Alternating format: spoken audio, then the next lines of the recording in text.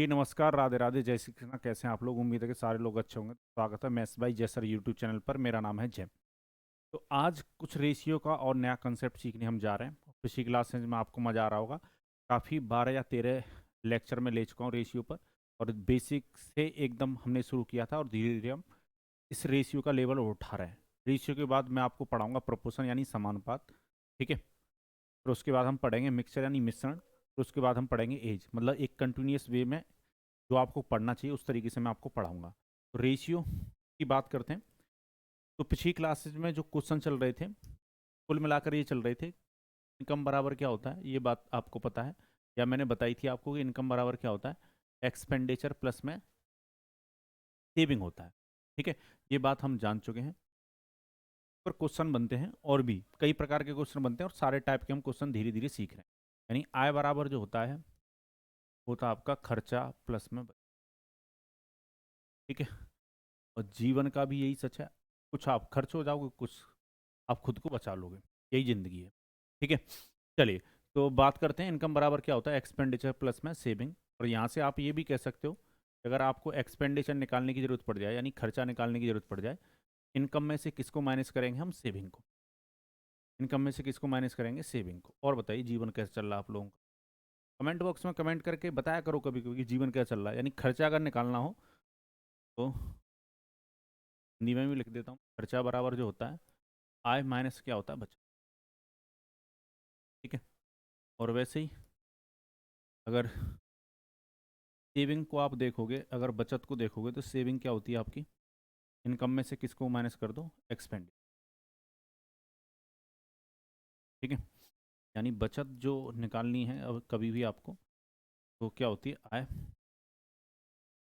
Minus खर्चा। इस पर भी क्वेश्चन बनते हैं। किस प्रकार से क्वेश्चन पूछेगा वो आइए देख लेते हैं। ठीक है। अच्छे अच्छे क्वेश्चन इस पर बन जाते हैं। जैसे ये क्वेश्चन है, मैं थोड़ा सा बड़ा कर देता हूँ जिस ठीक है। और बताइए। तो क्वेश्चन कह रहा है the income of A and B are in the ratio 5:3। Expenses of A, B and C are in the ratio 8:5:2. If C spent 2000 rupee and B saved 700, then the A save। ए और B की आय 5 और 3 के अनुपात में, A B C के व्यय 8, 5 और 2 के अनुपात में। यदि सी का व्यय 2000 रुपये हो तो बी की तथा बी की बचत 700 रुपये हो तो ए की बचत हमें बतानी है। यहाँ पर देखा जाए क्वेश्चन ने ए और बी की इनकम का रेशियो दे रखा है, जबकि ए बी सी यानी एक्सपेंडिचर के लिए आपको सी का भी रेशियो दे रखा है, यानी ए बी सी 3 का दे रखा है। ठीक है। चलिए, तो ए और बी की अगर हम बात करें, इनके इनकम का रेशियो बता रखा है, कुछ आय का अनुपात बता रखा है। इनकम जो है इनकी 5 और 3 के रेशियो में, 5 और 3 के अनुपात। जबकि अगर एक्सपेंडिचर को देखोगे, अगर खर्चे को देखोगे, तो इसमें सी भी आ जाता है। ठीक है। खर्चे का जो अनुपात है एबीसी का वो 8, 5 और 2 का है। ये क्वेश्चन ने हमसे बात बोली। ठीक है। ये है।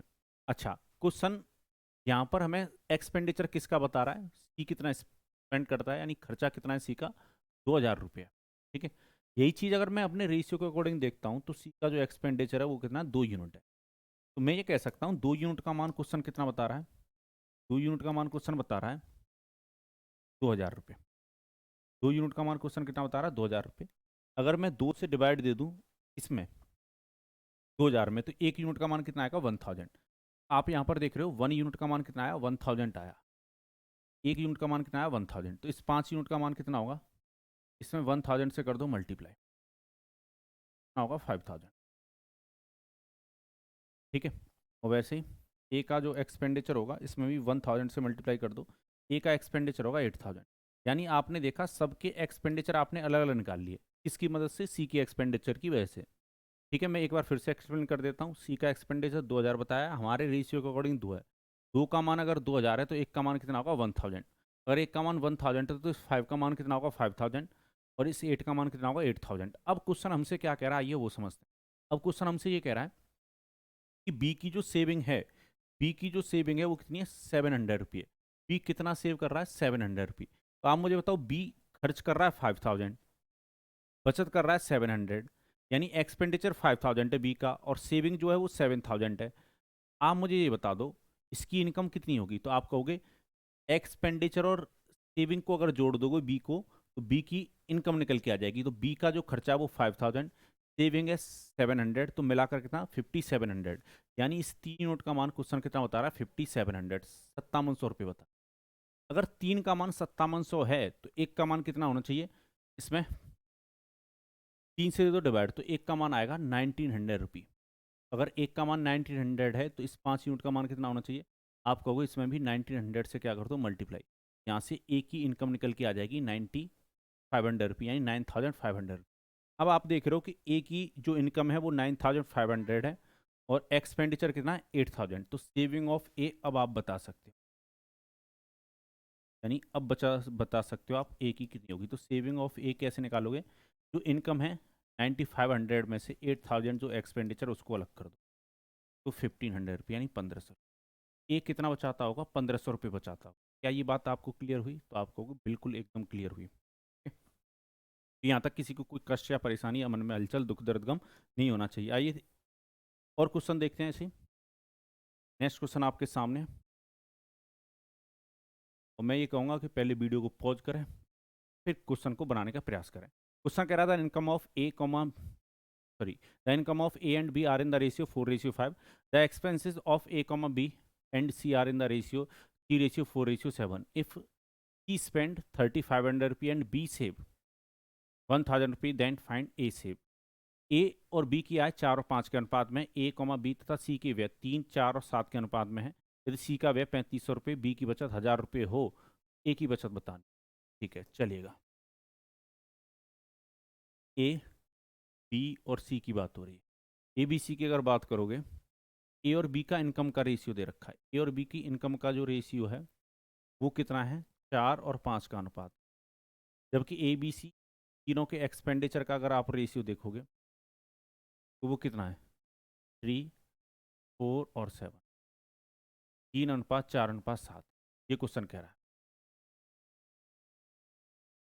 ठीक है, चलिए अब कहानी बनाते हैं। यहाँ से बी का खर्चा दे रखा है कितना 3500 रुपये। हमारे अकॉर्डिंग बी का खर्चा कितना है, बी का खर्चा है 7 यूनिट। 7 यूनिट का मान क्वेश्चन 3500 बता रहा है।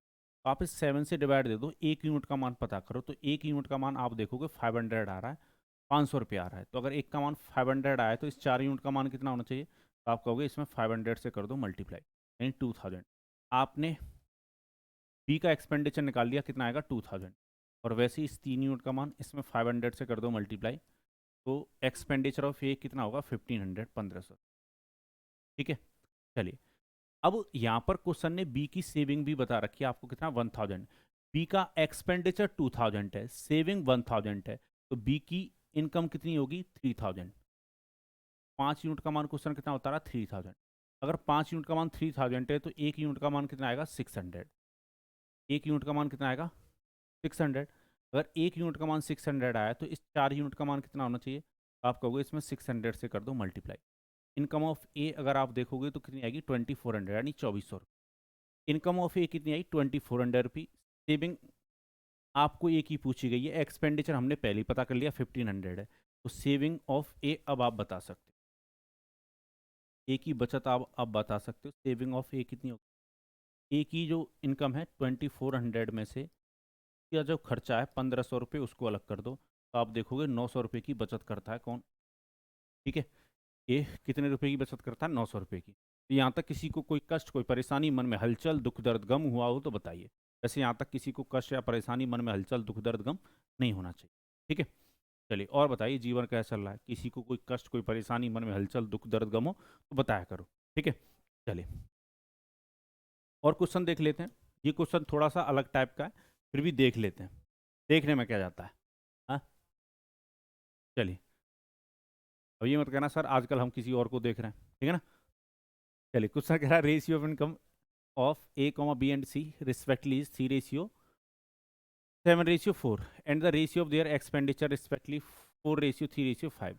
If E save 3000 rupee out of the total income of 2400, if A save 300 rupee out of the total income of 2400, find the saving of B and C. ठीक है, क्वेश्चन कह रहा है ए, बी और सी की आय का अनुपात क्रमशः 3:7:4 है तथा इनके खर्चे का अनुपात क्रमशः 4:3:5 है। यदि ए 2400 रुपये की अपनी कुल आय में से 300 रुपये बचाता हो तो बी और सी की बचत ज्ञात करें। चलिए, यहाँ पर ए बी सी का इनकम और एक्सपेंडिचर का रेशियो दे रखा है, ए बी और, चलो इनकम का रेशियो देखो पहले, ए बी सी का कितना दे रखा है, 3, 7 और 4।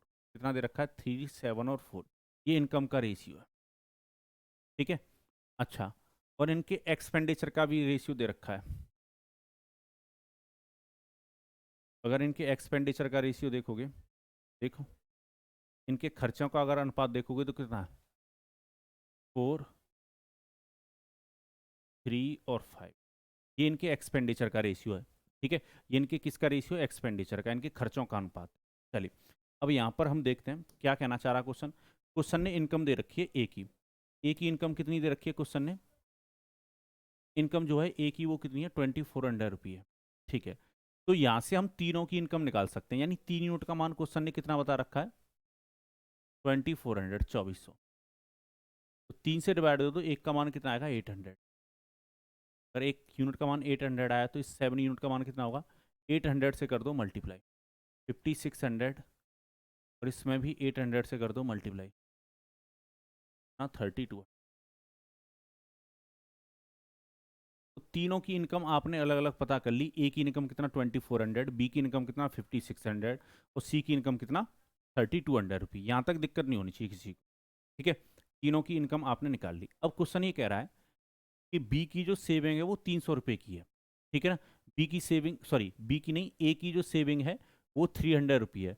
तो क्या मैं ए का एक्सपेंडिचर निकाल सकता हूँ, 2400 में से ए की इनकम भी पता है और उसकी सेविंग भी पता है, ए का जो एक्सपेंडिचर होगा, जो खर्चा होगा, 2400 में से 300 कम कर दो यानी 2100, 2100 होगा। ठीक है, ए का एक्सपेंडिचर कितना होगा, 2100। 4 यूनिट का मान कितना हो जाएगा, 2100 ले लो, 2100 ले लो। तो यहाँ से 1 यूनिट का मान निकालोगे, 2100 में 4 से डिवाइड दो, तो 4 से अगर डिवाइड दोगे, 2100 में 4 से डिवाइड दे ही लेते हैं, 4 से काटोगे तो कितनी बार कटेगा, पहले 5 बार डिवाइड जाएगा, फिर 2 बार जाएगा, फिर 5, यानी 1 यूनिट का मान 525 आया। 1 यूनिट का मान कितना आया, 525। इस 3 यूनिट का मान कितना होगा, इसमें भी 525 से मल्टीप्लाई कर दो। 25 का 15 का 5 कैरी 1, 6 और 1 कितना 7 और 15, 1575 रुपये एक्सपेंडिचर आ गया बी का। सी का एक्सपेंडिचर देख लो, यहाँ से मल्टीप्लाई कर दो इसमें 525 से। 25 का 5 कैरी 2, 10 और 2 12 का 2 कैरी 1, 25 और 1 26। ठीक है, आप यहाँ पर देख रहे हो कि एक्सपेंडिचर आ गया सबका, पर सेविंग पूछी गई है हमें बी और सी की। तो 56 में से 5600 में से 5600 जो इनकम है बी की, उसमें से बी का एक्सपेंडिचर अलग कर दो। चलो करते हैं। तो 5 9 में से जाएगा 7, तो कितना बचेगा 2, यहाँ पर कितना रह गया 55। 55 में से अगर 15 को घटा दोगे तो कितना बचेगा 30, नहीं 40 बचेगा। ठीक है, तो मुझे तो ऑप्शन देख के ही नज़र आ गया ये आंसर होना। यहाँ पर भी देख लेते हैं, 2600, 25 को घटाओगे 5, यहाँ पर 9 रह जाएगा, 2 कितना 7, यहाँ पर कितना रह जाएगा 31, 31, 4 और 1 कितना 5, 550।